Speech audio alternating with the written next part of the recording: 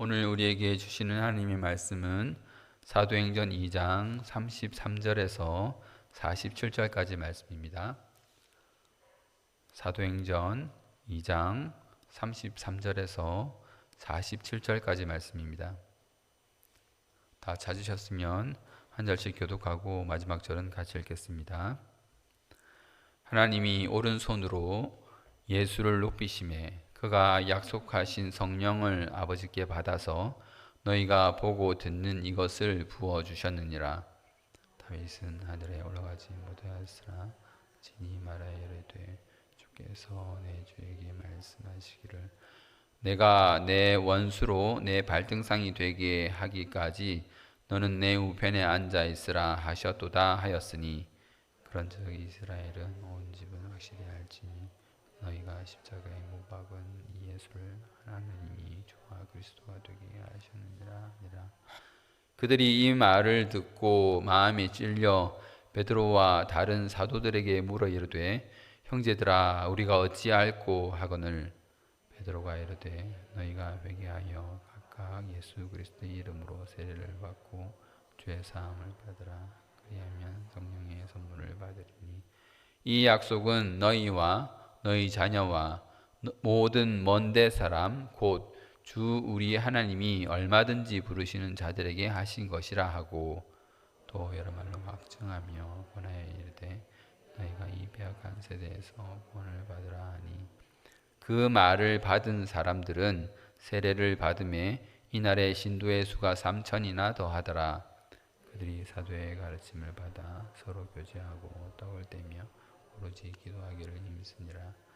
사람마다 두려워하는데 사도들로 말미암아 기사와 표적이 많이 나타나니 믿는 사람이 다 함께 있어 모든 물건을 서로 동용하고 또 재산과 소유를 팔아 각 사람의 필요를 따라 나누어 주며 날마다 마음을 같이하여 성전에 모이기를 힘쓰고 집에서 떡을 떼며 기쁨과 순전한 마음으로 음식을 다 같이 읽겠습니다. 하나님을 찬미하며 또 온 백성에게 칭송을 받으니 주께서 구원받는 사람을 날마다 더하게 하시니라. 아멘. 지난 시간에 우리가 살펴본 대로 제자들은 성령을 받아 각 나라 방언으로 하나님의 큰 일을 말했습니다. 이를 본 디아스포라 유대인들은 저들이 세술에 취했다라고 말했고요. 그것을 본 베드로가 그 말에 반박하면서 이들이 성령을 받아 말하는 것은 성경에 기록된 일이고 바로 지금이 구원의 때라는 것을 선포했다는 것을 지난 시간에 우리가 배웠습니다. 기억나시죠? 베드로는 말합니다. 다윗은 선지자였는데 그가 그리스도의 부활을 미리 보고 말한 것이다. 다윗이 말한 것처럼 예수 그리스도는 육신이 썩음을 당하지 아니하셨다. 하나님이 예수님을 살리셨다. 우리가 그 일의 증인이다. 라고 베드로가 강변했습니다. 오늘은 이어서 베드로의 설교 후반부를 살펴보고 그 후에 공동체의 생활까지 간략히 살펴보려고 합니다. 먼저 32절과 33절을 다시 한번 다 같이 한번 읽어보겠습니다. 시작. 이 예수를 하나님이 살리신지라 우리가 다 이 일의 증인이로다. 하나님이 오른손으로 예수를 높이심에 그가 약속하신 성령을 아버지께 받아서 너희가 보고 듣는 이것을 부어주셨느니라. 이 짧은 두 절에서 베드로가 말하는 그 뉘앙스를 느낄 수 있겠습니까? 지금 베드로는 예수님의 증인이라고 스스로 말하고 있으면서 유난히도 하나님을 강조하고 있다는 것을 우리가 볼 수 있습니다. 이 모든 일이 하나님이 하신 일이다 라고 말하고 있습니다. 그렇죠? 하나님이 예수를 살리셨고 하나님이 예수를 높이셨다. 하나님께서 예수님이 하신 그 모든 일에 주도권을 가지고 계시다. 하나님이 하신 일이다. 는 것을 지금 말하고 있습니다. 그리고 하나님께서 예수님이 하신 그 모든 일에 손을 들어주셨다. 그러니까 예수님이 하신 그 모든 일이 하나님의 뜻에 맞는 일임을 하나님이 인정하셨다라고 지금 베드로는 말하고 있습니다. 여러분, 알고 계셨습니까? 베드로의 설교에 의하면 예수님은 스스로 살아나신 분이 아니십니다. 누가 예수님을 살리셨습니까? 성부 하나님이 예수님을 살리신 것입니다. 그렇죠? 32절에 분명히 말하고 있죠. 이 예수를 하나님이 살리신지라. 나중에 다시 나오겠지만 베드로는 공회 앞에서도 당당하게 하나님이 예수님을 살리셨다라고 말합니다. 사도행전 4장 10절. 너희와 모든 이스라엘 백성들은 알라. 너희가 십자가에 못 박고 하나님이 죽은 자 가운데서 살리신 나사렛 예수 그리스도의 이름으로 이 사람이 건강하게 되어 너희 앞에 섰느니라. 하나님이 죽은 자 가운데서 살리신 나사렛 예수 그리스도라고 하죠. 베드로만 그렇게 말하는 것이 아닙니다. 바울도 그렇게 말합니다. 로마서 10장 9절. 내가 만일 내 입으로 예수를 주로 시인하며 또 하나님께서 그를 죽은 자 가운데서 살리신 것을 내 마음에 믿으면 구원을 받으리라. 고린도후서 4장 14절입니다. 주 예수를 다시 살리신 이가 예수와 함께 우리도 다시 살리사 너희와 함께 그 앞에 서게 하실 줄을 아노라. 예수님이 하나님이신데 다시 스스로 살아날 그런 능력이 없으셔서 하나님이 살려주셔야 했을까요? 네, 그건 아니죠. 예수님이 하나님이시지 않습니까? 모든 것이 가능하신데. 그것은 예수님이 이렇게 하나님이 살려주시는 것은 성자 예수님께서 자신의 모든 것을 철저하게 성부 하나님께 의탁했다는 것을 보여주는 것입니다. 성부 하나님께서 죽으라고 한 그 십자가에서 성자 예수님은 죽고 아버지께서 그 아들을 살려내실 때에 죽음을 이기고 다시 사시는 것까지 그 모든 것을 아버지께 맡기고 아버지께 의탁하고 아버지께 순종하신 것입니다. 그런 면에서 저와 여러분도 예수님을 따라 그 자리까지 가야 합니다. 예수님을 본받아야 합니다. 하나님이 죽으라고 한 그 자리에서 우리는 죽을 수 있어야 합니다. 그리고 하나님이 살리시는 그때에 다시 살아나야 할 것입니다. 바울이 우리가 방금 읽은 그 고린도 후서에서 바울이 뭐라고 말했습니까? 주 예수를 다시 살리신 이가 예수와 함께 우리도 다시 살리사. 하나님께서는 예수만 다시 살리신 것이 아니라 예수와 붙은 몸인 우리도 함께 다시 살리는 것입니다. 이 얼마나 귀한 은혜의 말씀입니까? 정말 놀라운 말씀 아닙니까? 우리가 대체 뭐라고 우리를 예수의 몸에 붙여서 그와 같이 죽게 하고 예수를 살리심으로 우리도 같이 살리게 하시다니요. 하나님께서 예수를 살리시니 예수에게 붙은 그 몸이 다시 살아나는 것입니다. 물론 예수의 죽음도 마찬가지입니다. 예수님이 죽었는데 거기서 우리도 같이 죽었습니다. 그러니 여러분, 어떤 면에서 주 안에서 죽는 것을 너무 두려워하지 마십시오. 주 안에서 아프고 병드는 것도 너무 두려워할 필요가 없습니다. 주님의 가르침을 따라 사는 동안 가난하고 고단한 삶을 사는 것도 우리는 그런 면에서 이겨낼 수 있는 것입니다. 그 아들 예수 그리스도를 죽음에서 일으키시는 그 하나님이 우리도 우리가 죽었던 자리, 우리가 병들어 누웠던 자리, 우리의 고단한 생활 속에서 우리를 일으켜내실 것입니다. 예수님께서 앞을 보지 못하는 소경을 두고 하신 말씀 기억하십니까? 요한복음 9장 3절입니다. 예수께서 대답하시되 이 사람이나 그 부모의 죄로 인한 것이 아니라 그에게서 하나님이 하시는 일을 나타내고자 하심이라. 하나님이 하시는 큰 일에 우리의 가난이, 우리의 병듦이, 우리의 죽음이 사용되는 것입니다. 우리를 바라보는 누군가의 믿음을 위해서, 또 우리를 가장 가까이서 바라보는 우리의 믿음을 위해서 그것이 사용되는 것입니다. 예수님께서 십자가의 죽음으로 하나님의 큰 일을 드러내셨을 때에 아버지께서는 죽음에서 그 예수님을 일으키시고 그 아들의 손을 들어주시고 그 아들을 인정하신 것입니다. 계속해서 말씀을 살펴보도록 하겠습니다. 베드로는 다윗의 시편을 인용하면서 내가 내 원수로 내 발등상이 되게 하기까지 너는 내 우편에 앉아 있으라 하셨도다 하였다, 이렇게 말을 하고 있습니다. 그렇죠? 이제 대적자 사탄 마귀는 예수님의 발에 영원히 밟히는 발등상이 되었습니다. 여기서도 하나님이 그리스도에게 모든 것을 인정하고 그리스도에게 권세를 주었다, 이렇게 말하고 있죠. 베드로는 성경에 근거해서 말하는 것입니다.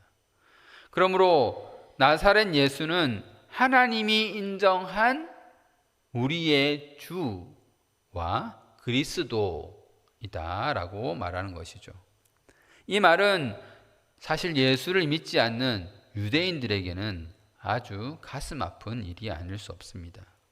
왜냐하면 정말로 예수님이 주인이시고 메시아, 그리스도라고 한다면 자기들이 예수님을 또 하나님을 몰라본 것이 되기 때문입니다. 그렇게 하나님을 섬긴다, 메시아를 기다린다 하던 자들이 정작 예수님이 하나님의 아들로 이 땅에 오셨는데 그를 알아보지 못하고 죽여버린 것이기 때문이죠. 그래서 그들은 37절에서 이렇게 반응하고 또 이렇게 말합니다. 37절입니다. 그들이 이 말을 듣고 마음에 찔려 베드로와 다른 사도들에게 물어 이르되 형제들아 우리가 어찌할꼬 하거늘. 마음에 찔리죠. 당연히 마음에 찔려야 합니다. 이게 마음이 안 찔리면 마음에 화인 맞은 자죠. 택한 백성을 구원하시려 오신 예수님을 자신들의 손으로 죽였으니 이는 당연한 것입니다. 같은 의미로 좀 다르게 표현하면 그들의 죄가 여지없이 드러난 것입니다. 이제까지 숨겨왔고 애써 보고 싶지 않았던 그 죄가 만천하에 드러나게 된 것입니다. 베드로의 설교를 통해서 그들의 죄가 고발된 것이죠. 그들은 하나님을 반역했습니다.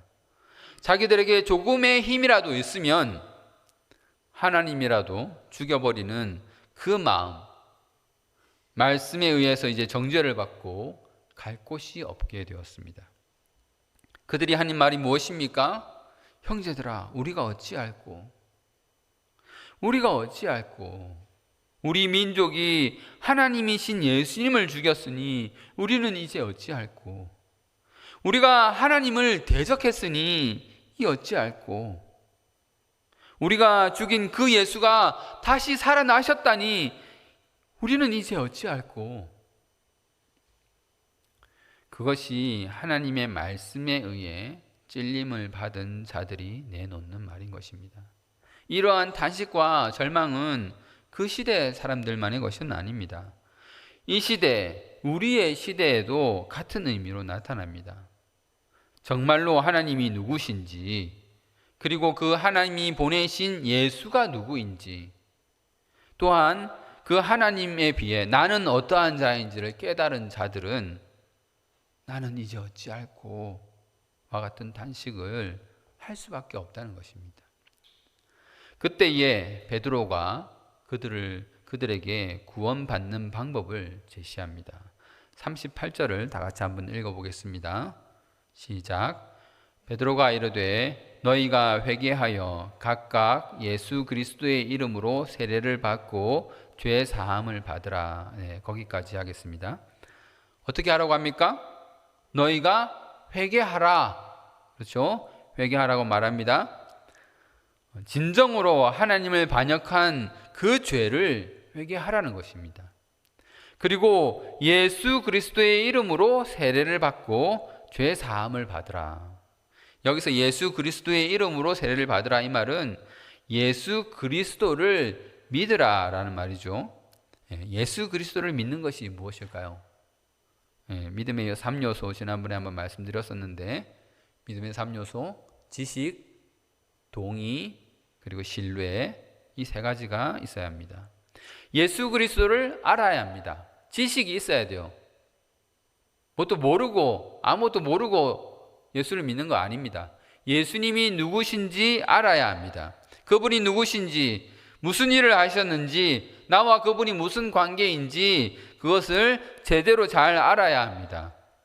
그리고 그 예수 그리스도가 하신 일, 나의 죄를 위해 돌아가셨고 그분이 나의 모든 죄를 해결하셨고 그분이 살아나셨고 하늘로 승천하셨고 하나님이 정하신 때에 다시 오신다는 것을 믿고 진정으로 동의해야 합니다. 그리고 나의 모든 삶을, 나의 전 인격을 그분에게 맡겨야 합니다.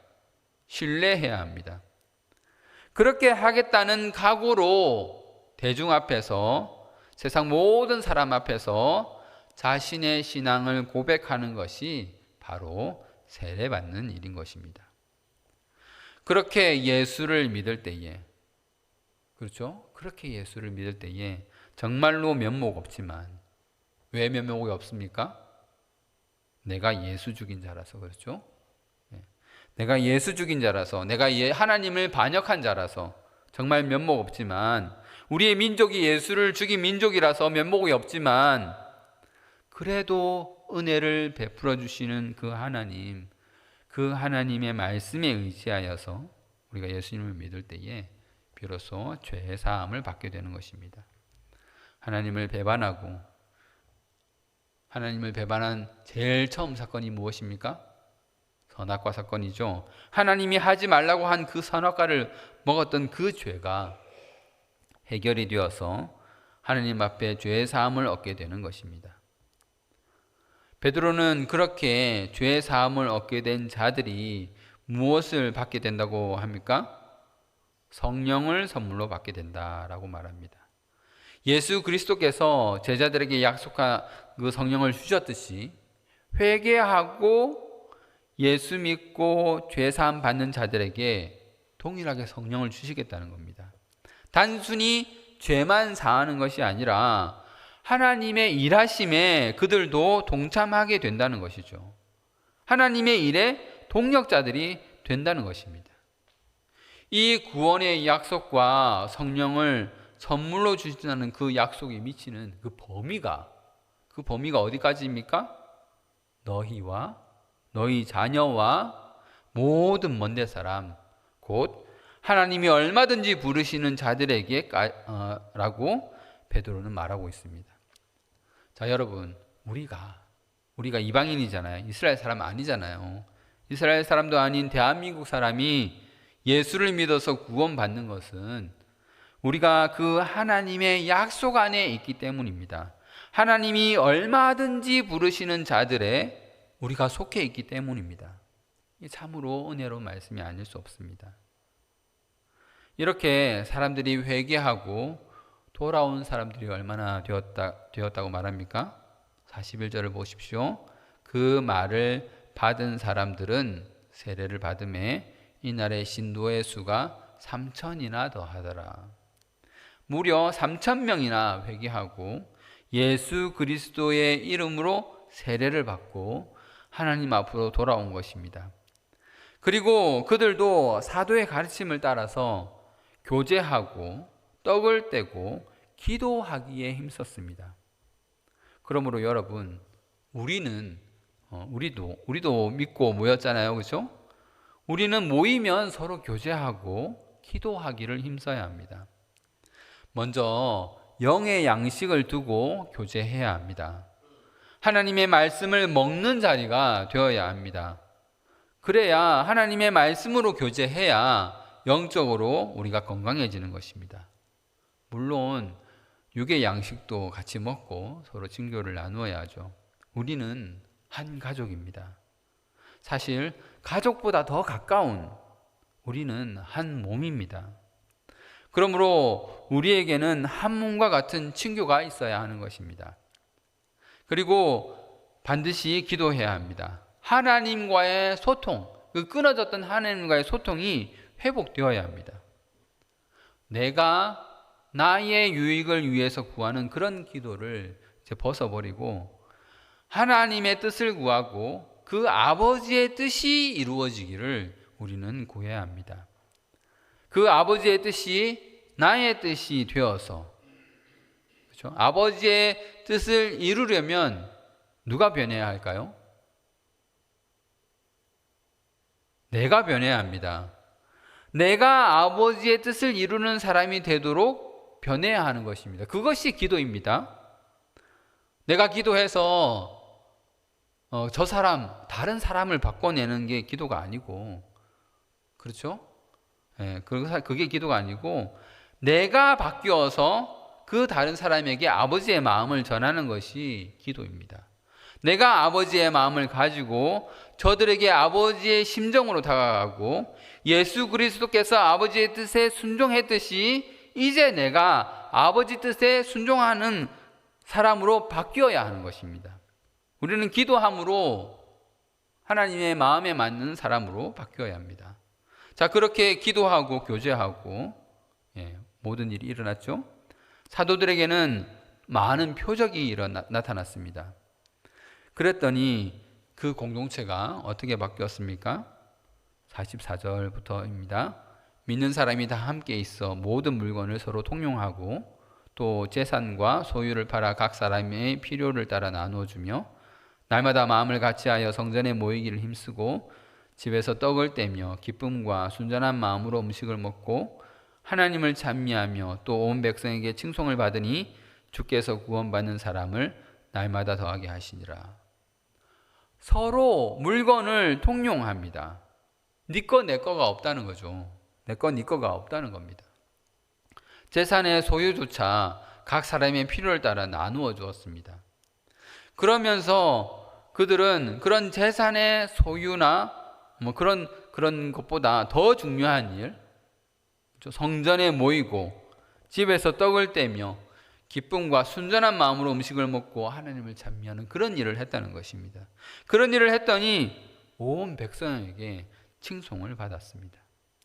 이렇게 예루살렘 초대교회에서는 욕심을 가진 사람들이 모인 집단으로서는 생각하기 힘든, 그런 믿기 힘든 일들이 일어났다는 것입니다. 우리 교회도 이렇게 되어야 합니다. 마치 한 몸같이 서로가 서로를 위하는 교회가 되어야 합니다. 제가 언젠가 이런 비유를 한번 말씀드린 적이 있는 것 같은데, 오른손이 아주 튼튼하고 강력하다고 한번 해봅시다. 그래서 오른손이 일을 잘 하기 위해서는 뭐가 필요하죠? 에너지가 필요하고, 에너지는 피에서 오죠? 피가 잘 공급이 되어야 됩니다. 그런데 그렇다고 오른손에 들어갔던 그 피가 오른손 밖으로 안 나옵니까? 오른손이 나는 피를 더 많이 필요로 하니까 한번 오른손으로 들어온 피는 절대 다른 곳에 줄 수 없어, 흘려줄 수 없어 라고 하면서 정맥을 막아버리나요? 아니죠. 오른손에 들어갔던 피는 다시 심장을 거쳐서 왼손으로 가기도 하고 다리로 가기도 하고 또 스스로는 아무 일도 하지 않으면서 가만히 있기만 하는 이 귓볼에도 피를 보냅니다. 그렇죠? 또 오른손으로 흘러 들어가는 피도 마찬가지입니다. 오른손이 막 만들어내고 오른손이 요청하고 해서 그 피가 그렇게 들어가는 것이 아니라 각 지체에서 나온 피가 다시 돌고 돌아서 그 오른손으로 들어가는 것입니다. 지금 초대교회의 공동체의 모습이 마치 한 몸의 지체들이 서로 욕심을 부리지 않고 지체가 피를 서로 공급하는 것처럼 그렇게 행동하고 있는 것입니다. 손이 스스로 피의 수급을 챙기고 걱정하는 것이 아니죠. 나한테 피가 안 오면 어떡하지? 오른손이 그렇게 걱정하는 오른손 보셨습니까? 나한테 피가 안 오면 어떡하지? 예, 그런 모습은 전혀 없습니다. 그저 각자의 필요에 따라서 네 거 내 거 없이 그렇게 통용했다는 거예요. 교회가 각 직분을 따라서 그 일들이 나누어져 있습니다. 목사가 있고 장로가 있고 또 집사가 있습니다. 한국 교회는 권사도 있죠. 모두가 역할이 다르지만 다른 몸이 아니고 한 몸인 것입니다. 서로가 예수님을 머리로 하여 모인 그 몸의 지체들인 것입니다. 그러므로 우리 몸의 이 지체들처럼 스스로 먹는 것을 걱정하거나 자신의 미래를 그렇게 대비하고 육신의 것을 막 추구하는 것이 아니라, 그런 것은 우리를 더 잘 아시는 머리 대신 예수님께 다 맡기고, 몸의 지체인 우리는 그 머리가 시키는 그 일에 집중하면 되는 것입니다. 말하라, 머리가 말하라 그러면 말하고, 기도하라 그러면 기도하면 됩니다. 구제하라 그러면 가서 구제하면 됩니다. 하나님이 가라 하면 가고, 오라 하면 오고, 죽으라 하면 죽고, 다시 일어나라 하면 다시 일어나면 되는 것입니다. 그 일에 우리 주님께서 저와 여러분을 택하여 부르셨습니다. 이제 말씀을 맺도록 하겠습니다. 여러분, 예수님의 모든 일을 하나님께서 인정하셨습니다. 하나님의 그 능력의 오른손으로 예수님을 높이셨습니다. 예수님을 이 세상에 보내셔서 하나님의 택하신 백성을 구원하시는 이 놀라운 일들이 누구의 뜻이라고요? 하나님 아버지의 뜻입니다. 그 일을 위해 예수께서 아버지의 뜻을 그 가슴에 품고 이 땅에 오셔서 우리를 위해서 십자가를 지시고 돌아가시고, 아버지께서 그 아들을 다시 살리셨는데 그와 같이 우리도 아버지께서 다시 살게 하십니다. 그러니 여러분, 예수의 손을 꼭 붙잡으시길 바랍니다. 그 손을 놓지 마시길 바랍니다. 아버지께서는 여러분들을 부르셔서 단순히 그냥 죄 용서만 하실 뿐만이 아니라, 죄 없다 하시는 것만 아니라 아버지의 일을 맡기시면서 아버지의 일을 감당하게 하십니다. 그러기 위해서 여러분들에게 성령 충만을 주십니다. 그러므로 여러분들 성령 충만을 받아서 아버지의 뜻을 널리 전하고 전하는 여러분들 되시기를 바랍니다. 아버지의 약속은 아무리 먼 곳에 있는 자라 할지라도 얼마든지 부를 수 있는 그러한 약속입니다. 그러므로 여기 모인 성도들과 함께 또 이 교회 안에서 작은 천국을 누리고, 또 우리가 종말에 갈 저 천국에서 어떻게 살 것인지 조금씩 맛보며 살아가는 우리들이 되길 바랍니다. 교회는 천국의 본보기입니다. 천국을 맛보는 곳이 이 교회인 거예요. 예수님이 영광 중에 다시 오시는 그날까지 교회 안에서 작은 천국을 누리시는 여러분 되시기를 주님의 이름으로 소망합니다. 아멘. 이 시간